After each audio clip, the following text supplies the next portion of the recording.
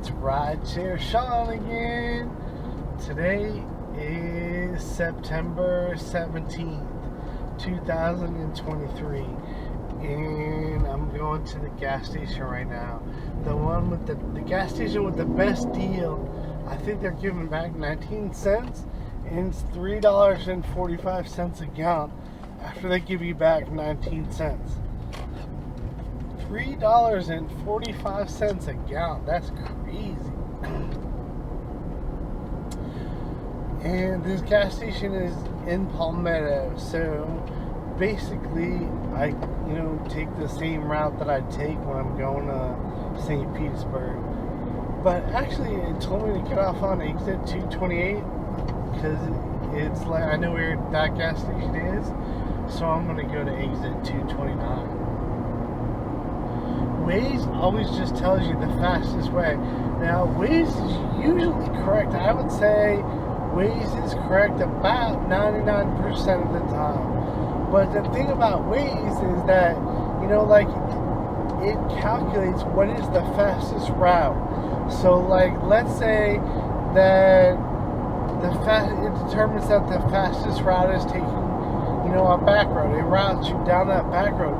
I don't want anything to do with that back road right now. It'll route you someplace that that it knows is faster, but it's like, nah, I don't want to do that.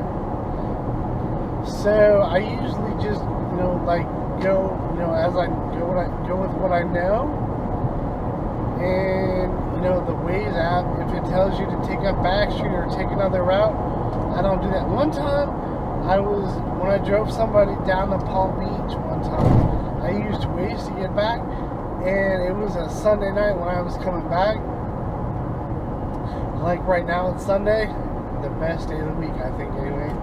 But on the way back, I set it, for Bradenton, Florida, or whatever, and because it was 6 minutes faster, it cut me diagonally through the state of Florida, which is usually no big deal.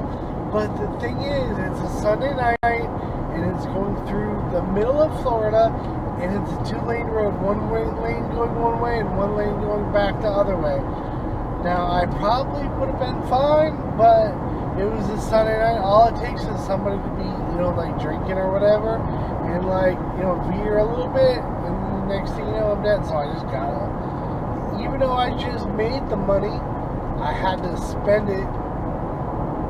I got like $200 for the ride. I had to spend $140 of it on a hotel on the way back, because the way it cut me across Florida, and then the next day I went and got my car.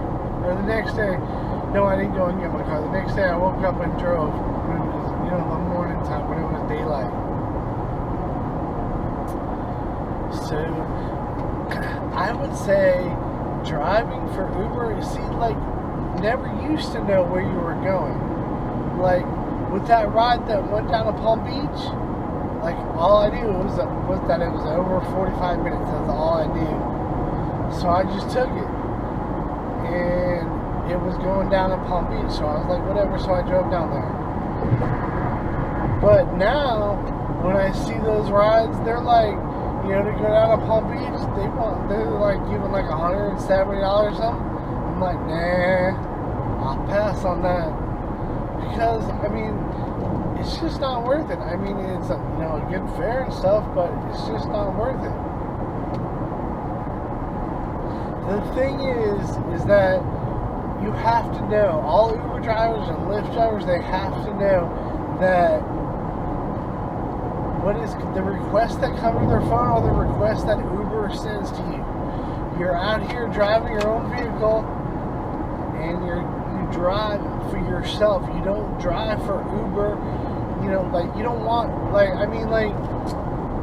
of course, Uber sends out the request, but, that the Uber Pro, that's completely for Uber. That's how they control drivers. Your cancellation rate and your acceptance rate, you should be able to decline any request that you want and cancel any request that you want at any time. and it not affect you. For a long time, those ratings weren't even in the app. All that really matters is your driver rating. If your driver rating, I think it's below a 4.7, then Uber removes you from the platform, and I don't know if you can ever get back on. I just don't know.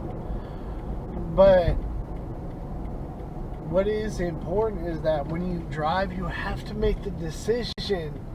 See, right now they have upfront pricing and trip radar, which is cool. So, like, you can use that, the dollar amount that it gives you. As a judge, that's what I do. I like to take big calls, but there's a, big request, but, there's a limit. Like, I won't go over $50 or $60, and I don't like taking calls under $10. So that is something that I do, that I decided on when I wasn't driving. You have to decide on that before you get behind the wheel to drive. It's very important to know that you're out here driving for more money for yourself, not for more money for Uber. And that's how it used to be. Like, when they first started, they had these quests that were like 2-trip quests.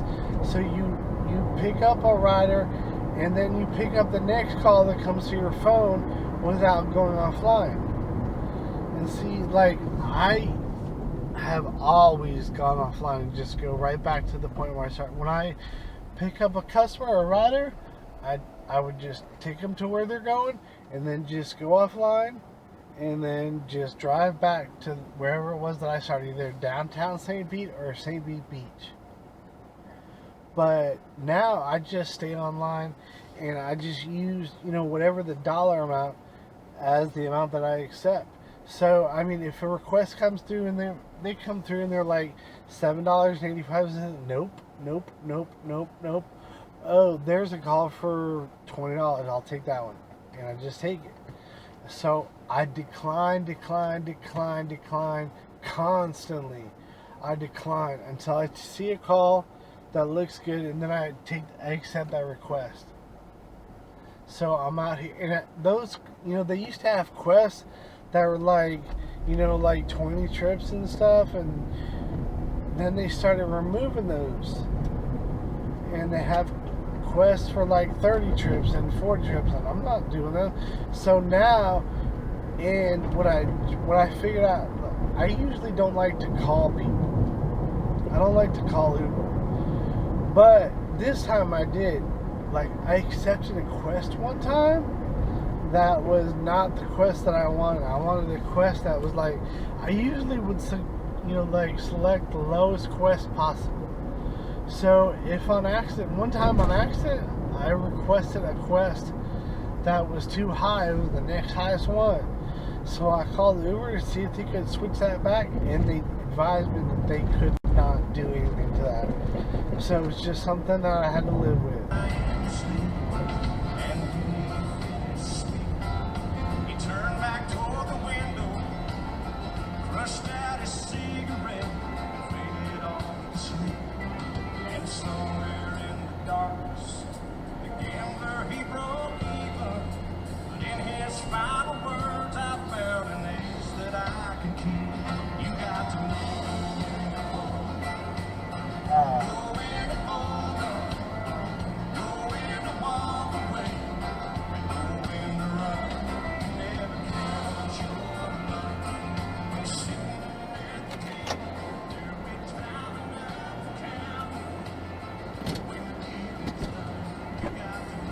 Hello?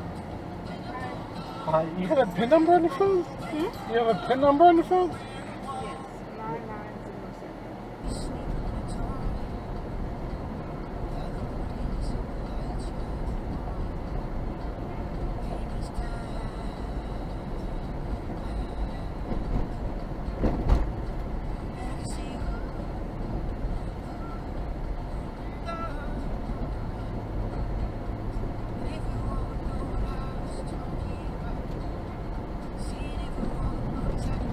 9907.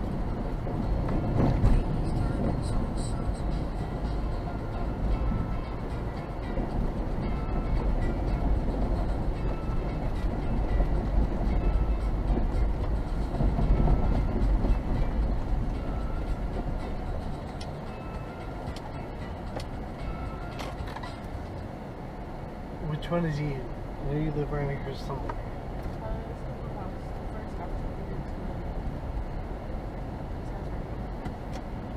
Right here? Is this cool? Thank you very much.